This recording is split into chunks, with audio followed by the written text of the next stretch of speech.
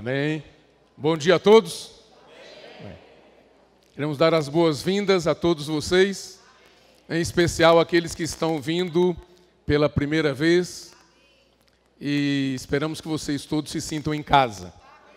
Vocês não estão em uma instituição religiosa, mas vocês estão aqui congregados como igreja, e a igreja é a casa de Deus, a igreja é a família de Deus, e portanto é a nossa casa, é a nossa família. Jesus é o Senhor.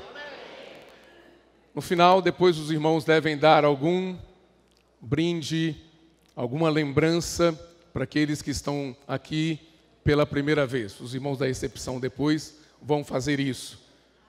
Amém? Bom, a palavra desta semana, ela, na verdade, é a nossa vida, é o nosso viver. A palavra trata do Evangelho de Deus. E quando nós falamos sobre o Evangelho de Deus, nós não podemos entender o Evangelho como uma coisa que Deus preparou de última hora para o homem, mas na verdade foi tudo planejado por Deus. Quando Deus criou o homem, Ele queria que o homem vivesse na presença dEle, em comunhão com Ele, dependendo dEle em todas as coisas. Ele queria que o homem o tivesse como a sua provisão total, como o seu suprimento verdadeiro. Mas nós sabemos que o homem foi colocado no jardim do Éden, e ali diante dele tinha principalmente duas árvores.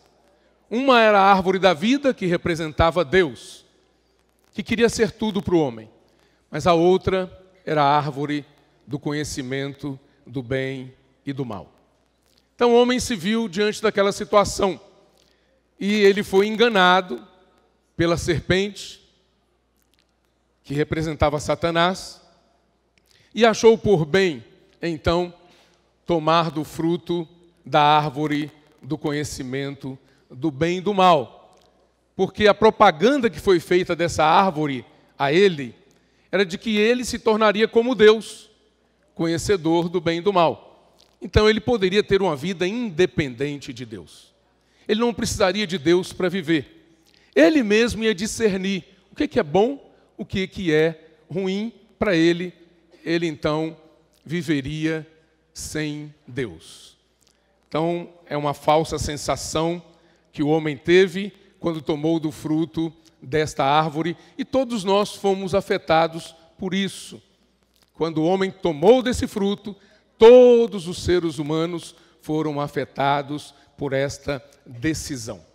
Então hoje eu e você, muitas vezes preferimos viver baseados no nosso discernimento próprio, baseados no bem e no mal, baseados no certo e no errado.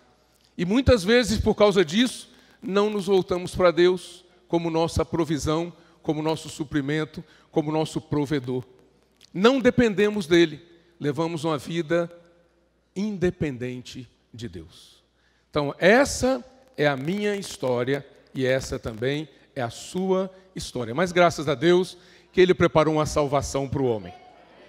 E essa salvação chega ao homem por meio do Evangelho de Deus. Então o Evangelho de Deus não é uma obra do acaso, mas é algo que Deus preparou mesmo. Ele planejou, Ele não queria que o homem caísse, mas uma vez que o homem caiu, o homem pecou, o homem errou, o homem falhou, Ele já tinha algo preparado, um plano de resgate para o homem. Esse é Deus. Nós muitas vezes não temos planos na nossa vida, mas Deus é um Deus que tem planos. Ele tem uma economia, Ele tem um propósito, Ele tem um projeto. E nós, graças a Deus, estamos incluídos no seu plano, nesse projeto divino. E o Evangelho, então, irmãos, é uma coisa maravilhosa. A palavra Evangelho, por si só, o significado dela é muito interessante. No grego, vem do grego, né? Essa palavra, a origem dela. Então é angelion. Euangelion. Eu, no grego, significa bom ou boa. Angelos, que angelion, vem de ângelos, é a mesma coisa que anjo ou mensageiro. Então é mensagem, é uma boa mensagem, é uma boa notícia. Então o Evangelho é uma boa nova, é uma boa notícia de Deus para o homem. Deus está hoje de manhã trazendo uma boa notícia para você, uma boa nova para você. Só que essa boa nova de Deus não é para você ficar alegre um pouquinho e daqui a pouco voltar para a sua condição de tristeza, de preocupação, de ansiedade, de depressão ou de opressão. Mas essa boa notícia, essa boa nova de Deus vem trazer salvação para você. Ela vem trazer libertação. Ela vem trazer cura para você. Ela vai trazer bem-estar para você. O seu dia a dia, você precisa do Evangelho. Nós que somos cristãos pensamos, o Evangelho é para outras pessoas. Não, o Evangelho é para nós também. Eu preciso dessas boas novas. Eu preciso me lembrar. O que Deus preparou para mim? E é isso que hoje de manhã nós vamos ruminar um pouco. O que inclui o Evangelho de Deus? O que tem nesse Evangelho? Quais são as promessas de Deus para o homem? O que Deus preparou para nós? Nós precisamos saber, para nós podermos desfrutar e também apresentar para outras pessoas. Eu quero pregar o Evangelho para alguém, mas eu não sei, eu não desfruto, eu não sei o que significa isso. Então, por isso que nós precisamos da palavra de Deus. Precisamos da Bíblia como um todo, o Antigo Testamento e também do Novo Testamento. No Antigo Testamento nós temos as sombras, nós temos várias figuras, vários tipos, muito importantes. E no Novo Testamento nós temos a realidade. Aquelas sombras, aqueles tipos, aquelas figuras encontram uma realidade no Novo Testamento. Então a Bíblia, como um todo, é um livro que mostra para nós quais são as promessas de Deus para o homem. Quais são as promessas de Deus para nós? Então, nós estamos estudando o livro de Romanos, nesse alimento diário, que os irmãos estão desfrutando. Nós estamos na semana 2 deste volume do alimento diário. E o tema da série, esse alimento diário, é a fé do Evangelho. E o título deste volume é exatamente o Evangelho de Deus.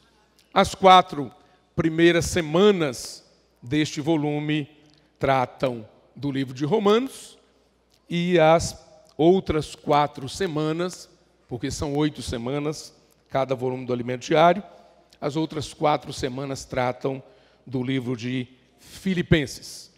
E nós fomos muito ajudados na conferência e temos sido ajudados pela leitura do alimento diário e da comunhão com os irmãos. Então, nessa primeira parte, nós começamos a ver semana passada, o irmão André nos ajudou bastante no estudo do livro de Romanos. Eu gostaria de ler com vocês, para vocês se familiarizarem com essa porção da palavra. Romanos capítulo 1, eu vou ler do versículo 1 até o versículo 7 para você. Diz assim, Romanos 1, de 1 a 7. Paulo,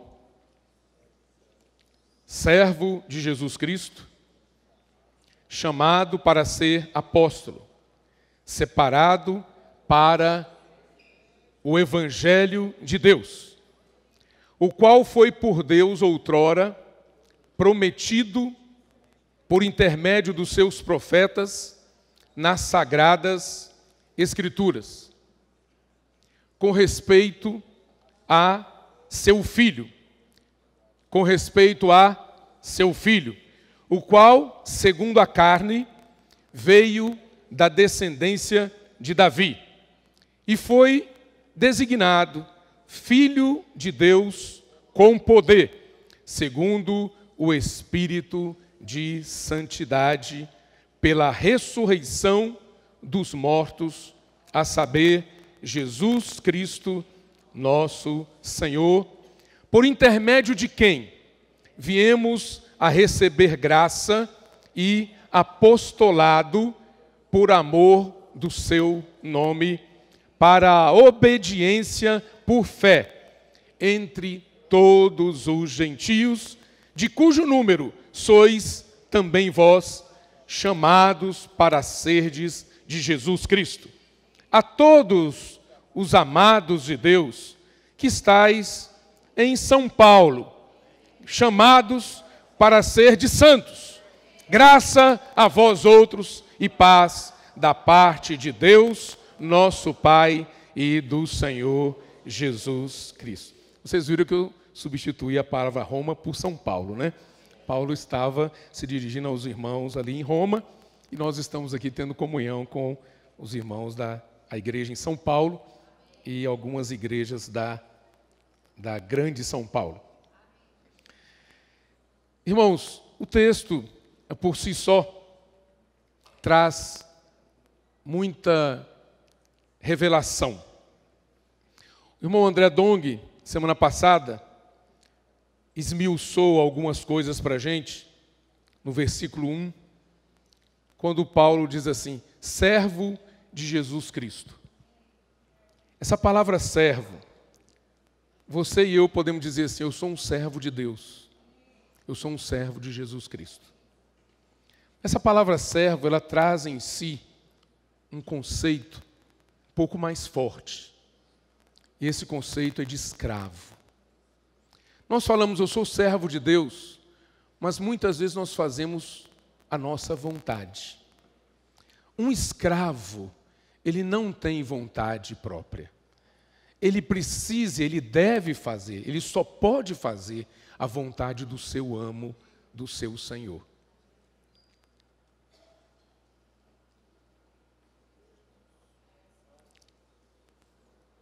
Então a primeira ajuda que nós recebemos aqui é essa palavra. Eu sou escravo de Jesus Cristo. No meu dia a dia, eu preciso ter essa atitude, essa postura. Eu não posso mais fazer as coisas que dão na minha cabeça. Eu não posso mais ser guiado pelos meus próprios sentimentos. Eu quero ler a Bíblia, não estou com vontade de ler a Bíblia. Eu quero invocar o nome do Senhor, hoje eu não estou com vontade. Eu quero cuidar bem da minha família, eu quero isso, eu quero aquilo, eu quero aquilo. Nós somos muito cheios das nossas próprias vontades, do nosso próprio gosto. E nós precisamos entender que uma vez que cremos no Senhor, nos tornamos seus escravos. Ele agora é o nosso amo, Ele é o nosso Senhor.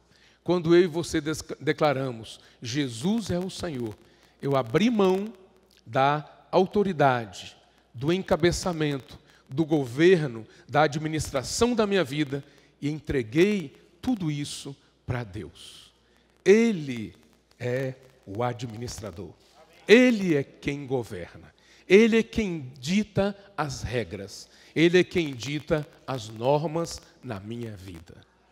Então, se nós, até aqui, vivemos apoiados no nosso próprio sentimento, está aqui a palavra de Deus para nos lembrar, você não pode viver mais assim.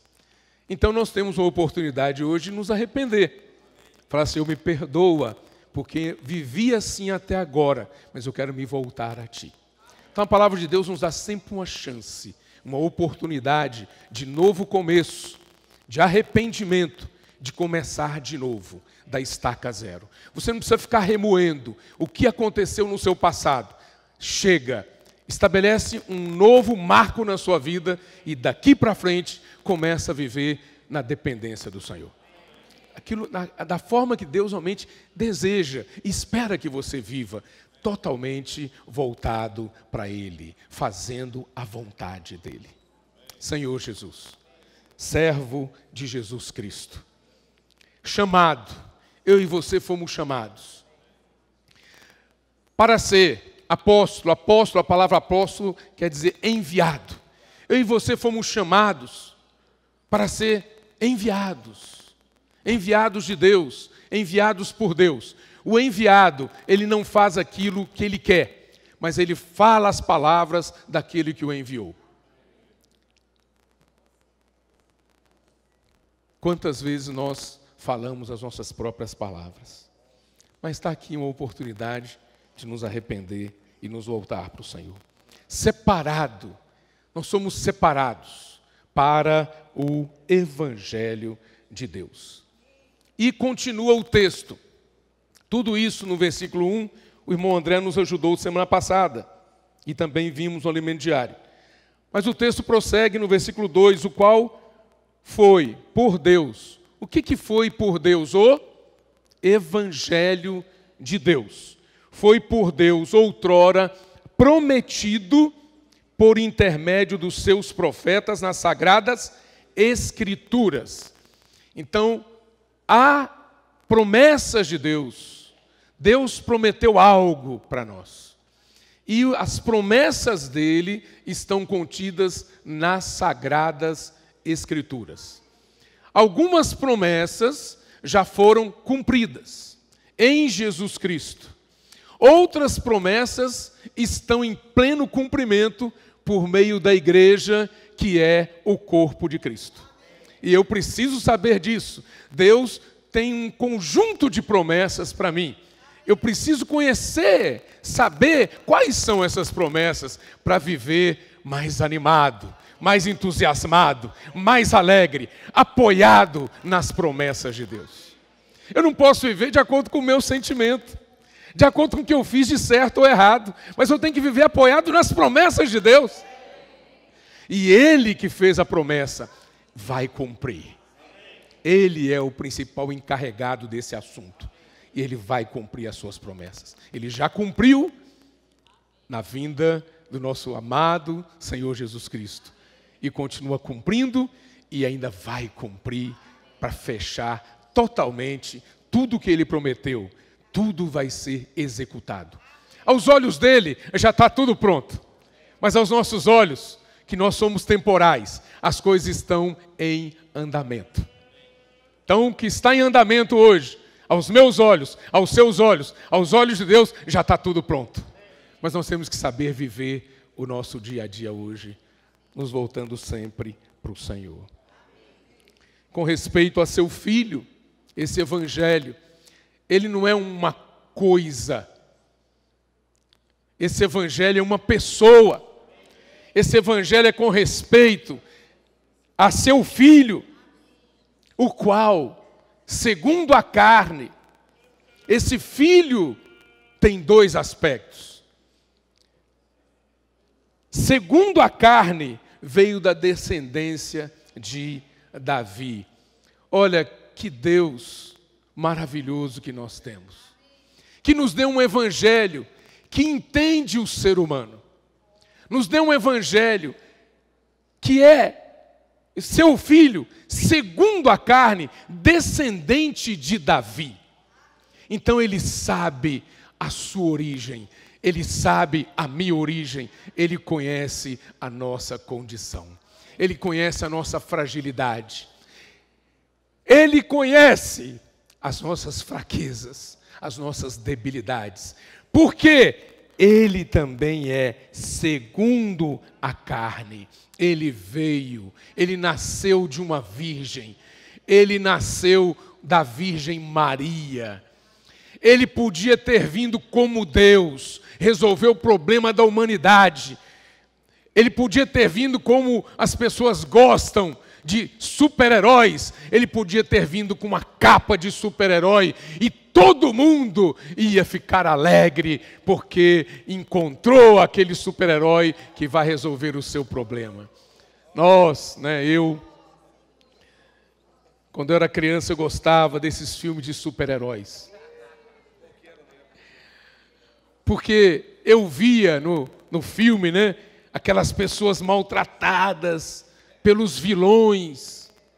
Aí eu ficava torcendo que hora vai chegar o super-herói. Que hora o Homem de Ferro vai chegar. E a Mulher Maravilha, também tem mulher. Ela vai rodar.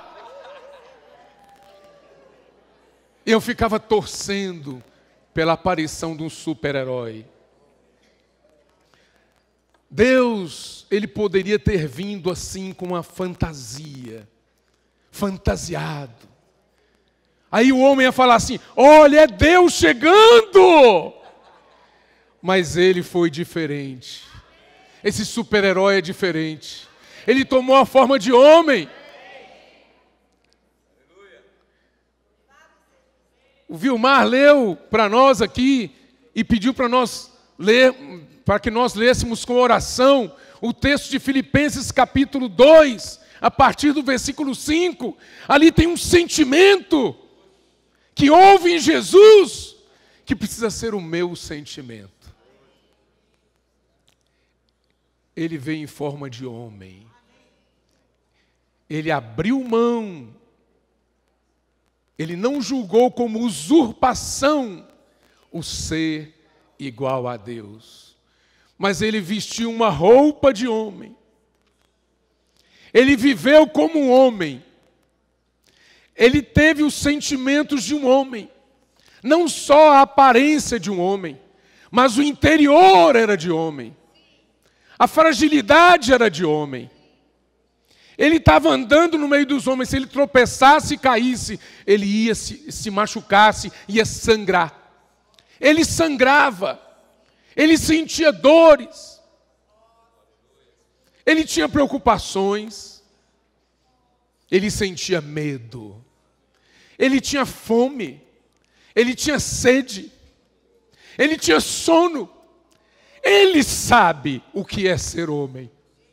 Porque ele veio segundo a carne, da descendência de Davi.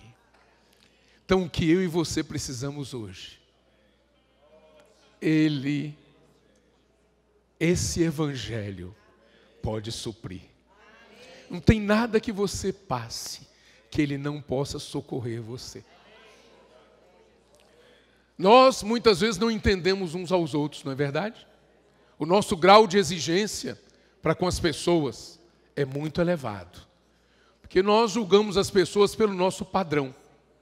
Se eu leio a Bíblia sempre, todo dia, eu quero que todo mundo leia a Bíblia todos os dias também. Se eu encontrar alguém que não lê a Bíblia todo dia, eu vou condenar essa pessoa.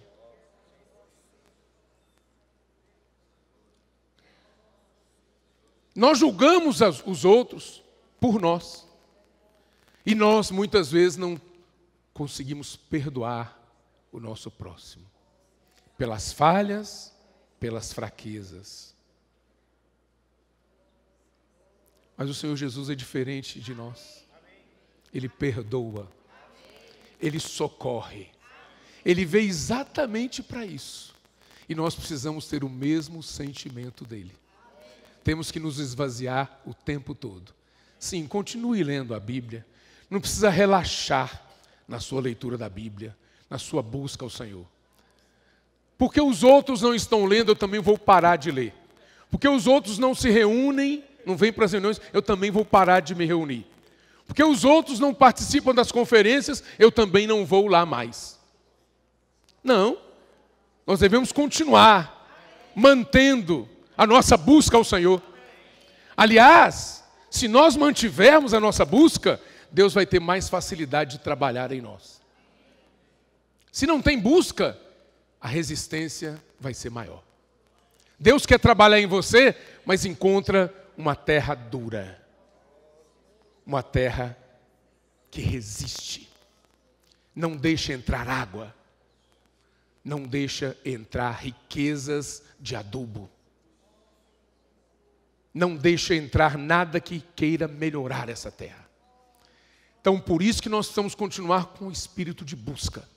Não podemos parar. Com respeito a nós, vamos continuar sendo exigentes e vamos continuar buscando o Senhor de todo o nosso coração. Mas com respeito aos outros, vamos ter paciência. Vamos convidar. Vamos encorajar. Vamos estimular. Não vamos encontraram uma brecha para falar, está vendo, não está fazendo isso, não está fazendo aquilo. Por isso que está assim, por isso que a vida é uma bomba.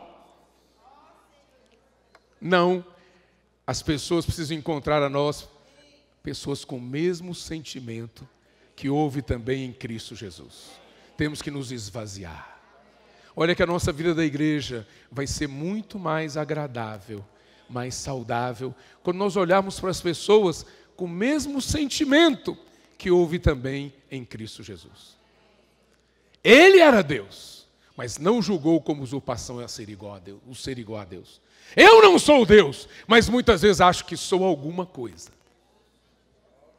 Por isso que eu preciso me esvaziar o tempo todo, me humilhar diante das pessoas, considerar as pessoas sempre superiores a mim.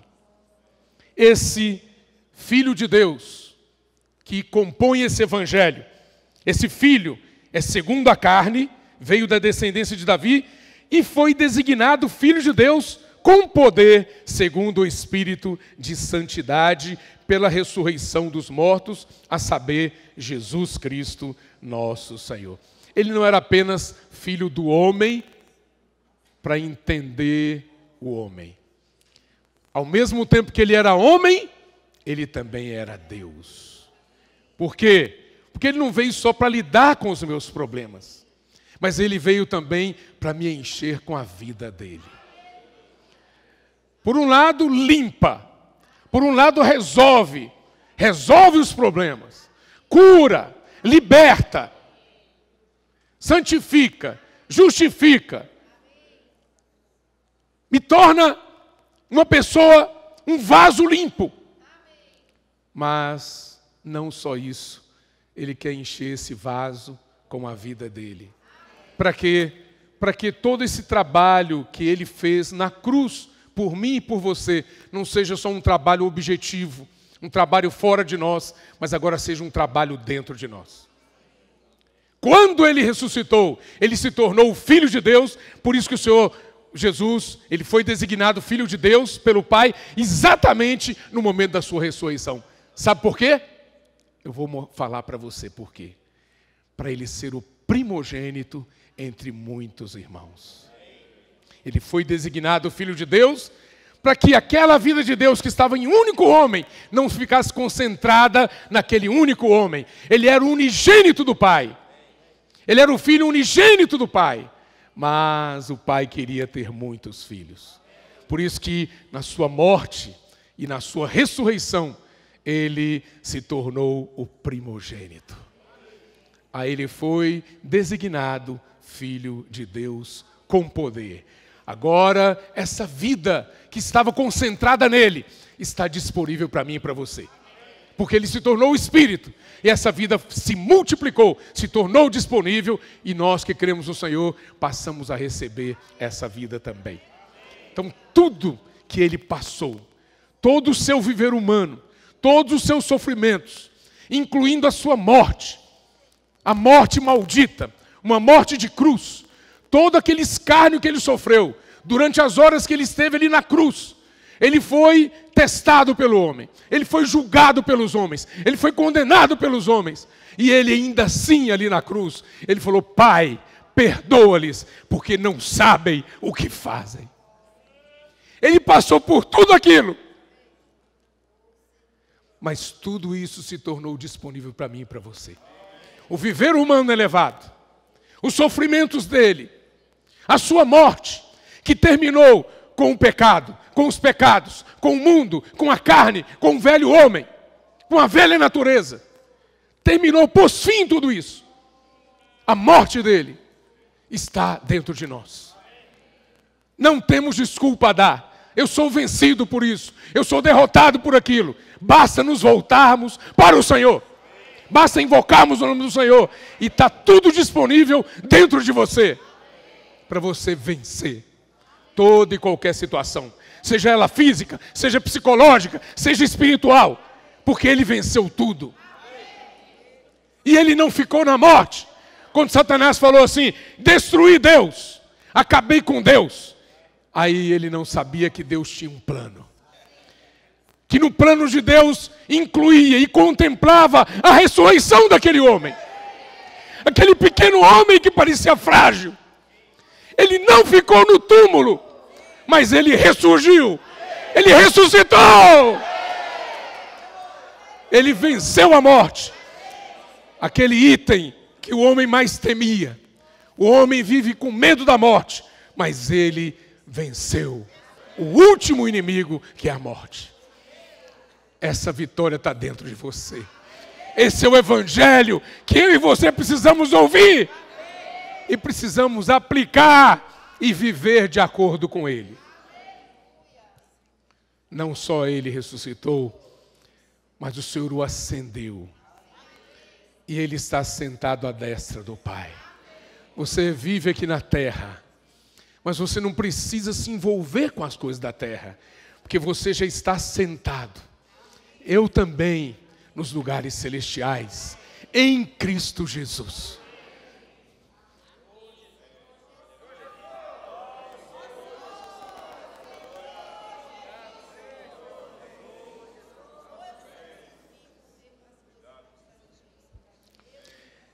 Pela ressurreição dos mortos, Jesus Cristo, nosso Senhor, por intermédio de quem viemos a receber graça e apostolado, por amor do seu nome, para a obediência por fé entre todos os gentios, de cujo número sois também vós, chamados para serdes de Jesus Cristo.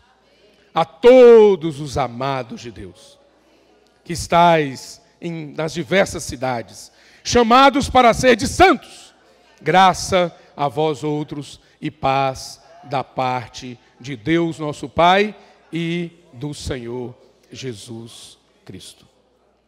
Amados, tem muitos itens esta palavra. O Evangelho, ele inclui muitas promessas, inclui também o cumprimento dessas promessas. E esse Evangelho, grande desafio que eu recebi essa semana, é que esse Evangelho não é apenas o Evangelho de Deus, o Evangelho que o apóstolo Paulo pregava, o Evangelho que os irmãos à nossa frente pregam, mas esse Evangelho também deve ser o meu Evangelho.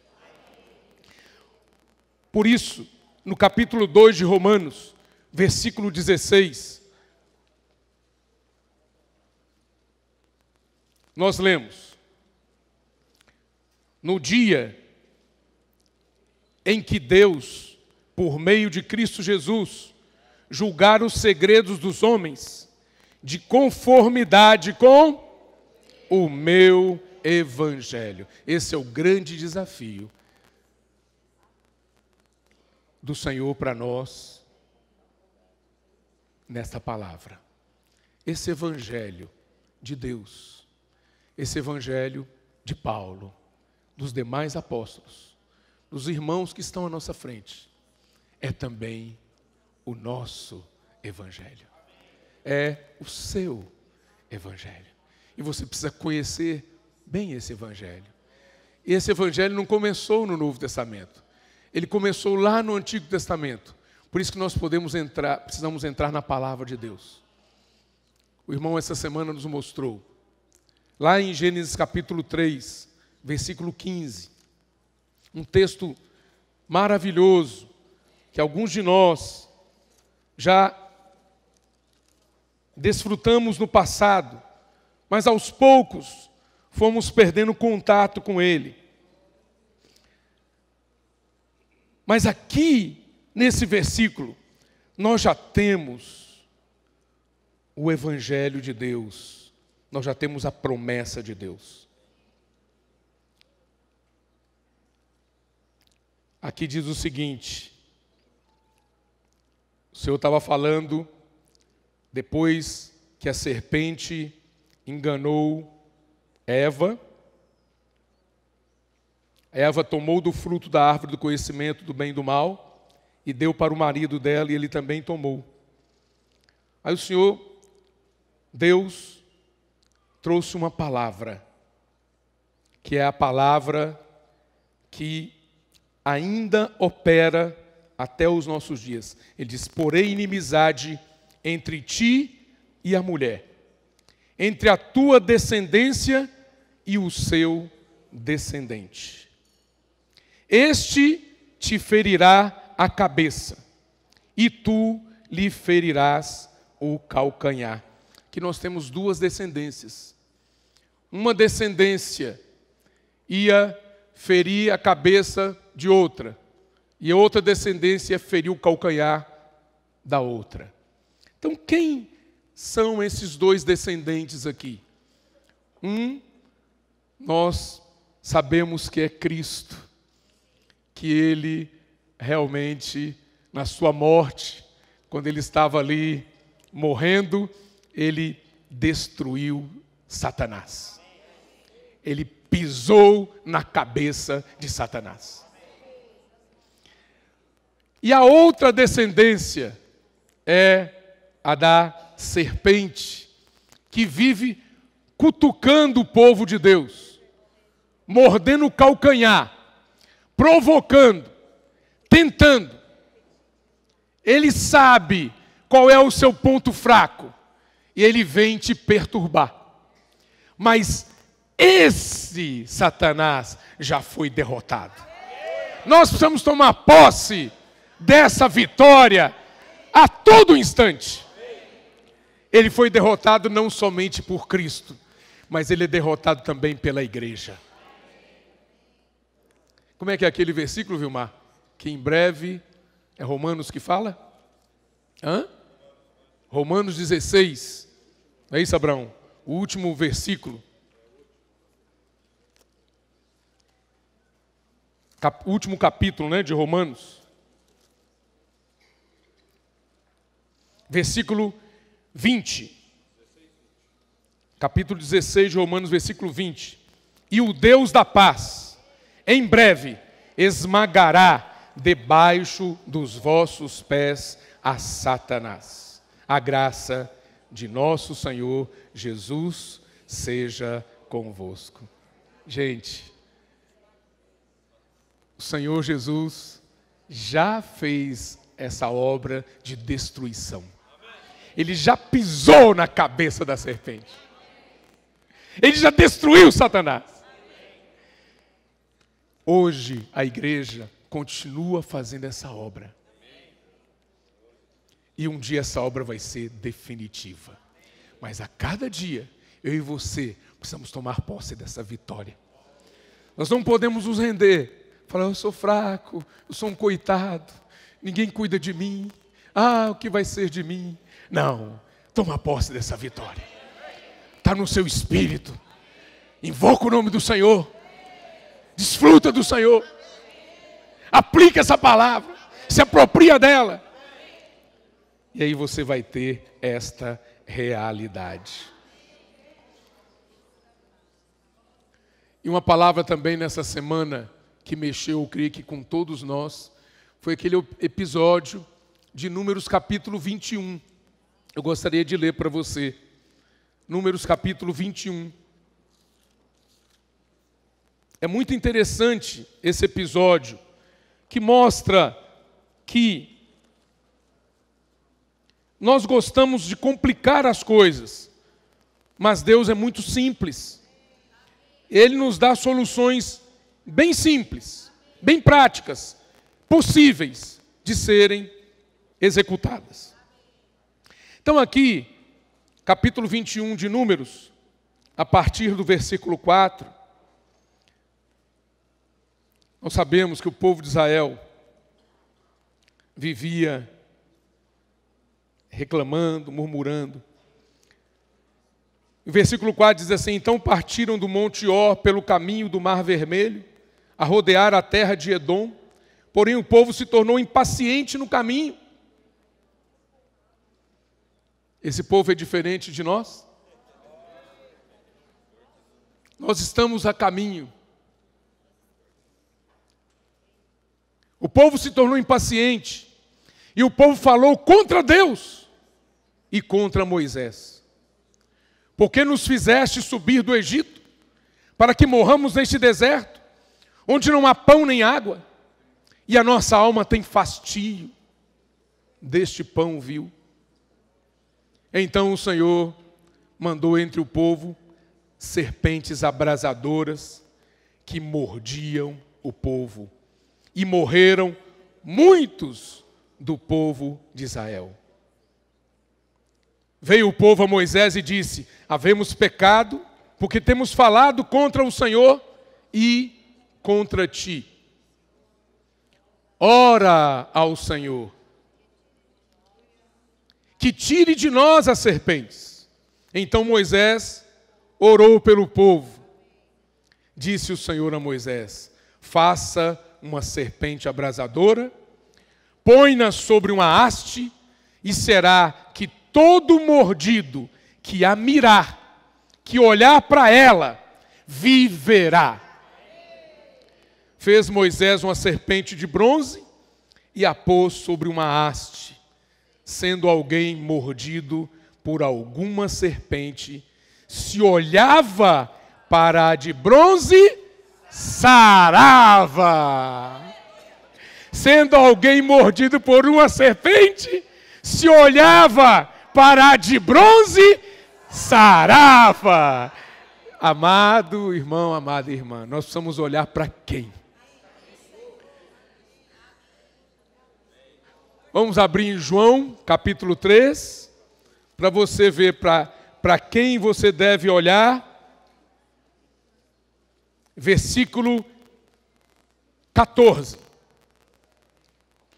Evangelho de João, capítulo 3, versículo 14. E do modo porque Moisés levantou a serpente no deserto, assim importa que o Filho do Homem seja levantado, para que todo o que nele crê tenha a vida eterna.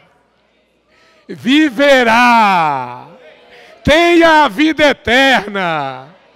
Você lê o Antigo Testamento e agora você vê o Novo Testamento e como a palavra de Deus é coerente. Olhar para o Senhor hoje, para onde que eu vou olhar? É crer naquilo que Ele realizou por você e por mim. Você precisa exercitar a fé. Sem fé é impossível agradar a Deus. Sem fé é impossível trilhar nos caminhos do Senhor. Sem fé é impossível viver em comunhão com outros irmãos em Cristo, viver a vida da igreja, servir ao Senhor. Eu preciso de fé. E Ele vai se tornar o galardoador a todos aqueles que se aproximam dEle com fé. Amém, amados? Jesus é o Senhor? Tem muito mais coisa, muito mais riquezas na palavra, mas a gente espera que o Espírito complemente na vida de vocês. Principalmente vamos praticar a palavra. Vamos viver de acordo com o Evangelho. O Senhor deu esse Evangelho para nós, para mudar a nossa vida, mudar a nossa história, mudar a nossa sorte.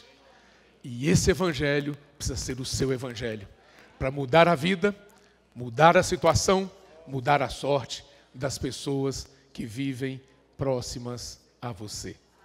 O Senhor te deu as pessoas como responsabilidade sua. Agora, tem um grupo de irmãos ali em Lorena, começou uma força-tarefa de pregação do Evangelho, e estão tendo ricas experiências ali. O irmão André Dong está lá, e tem vários irmãos, vários cooperadores ali, e vários irmãos da igreja em São Paulo também, de outras igrejas. Irmãos, esta é a nossa vida.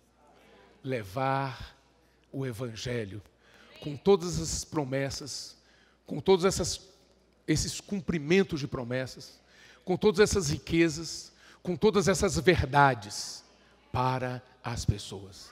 Porque as pessoas hoje vivem na ilusão, vivem enganadas. Nós precisamos levar para elas a realidade, precisamos levar para elas a verdade, precisamos livrá-las da situação que elas se encontram hoje.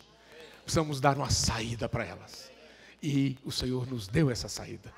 Vamos levar para elas. Aleluia pela reunião com os de melhor idade, que o Senhor deu para nós aqui ontem. Os irmãos vieram. Infelizmente eu não pude participar, mas eu estou lá já cheguei lá, né? A melhor idade. Agora 6.1, né? 6.1. E vamos continuar cuidando das nossas crianças, dos nossos adolescentes, dos nossos jovens. Vamos continuar cuidando dos nossos idosos, dos nossos casais de meia idade, de todos os irmãos, de todas as irmãs. Em casa, marido e mulher, pais e filhos, vamos cuidar melhor uns dos outros. Em vez de ficar colocando condenação, cobrança, vamos levar libertação, vamos levar vida eterna, vamos levar salvação, vamos levar cura. Jesus é o Senhor. E você, se fizer isso, vai ser uma pessoa mais alegre. Você vai ser uma pessoa saudável. Você vai ser uma pessoa diferente. Você vai fazer diferença no seu trabalho, na sua escola, na sua vizinhança, onde quer que você esteja. Você não vai ser subjugado por este mundo. Você já foi liberto dele, por causa do Evangelho. Jesus é o Senhor!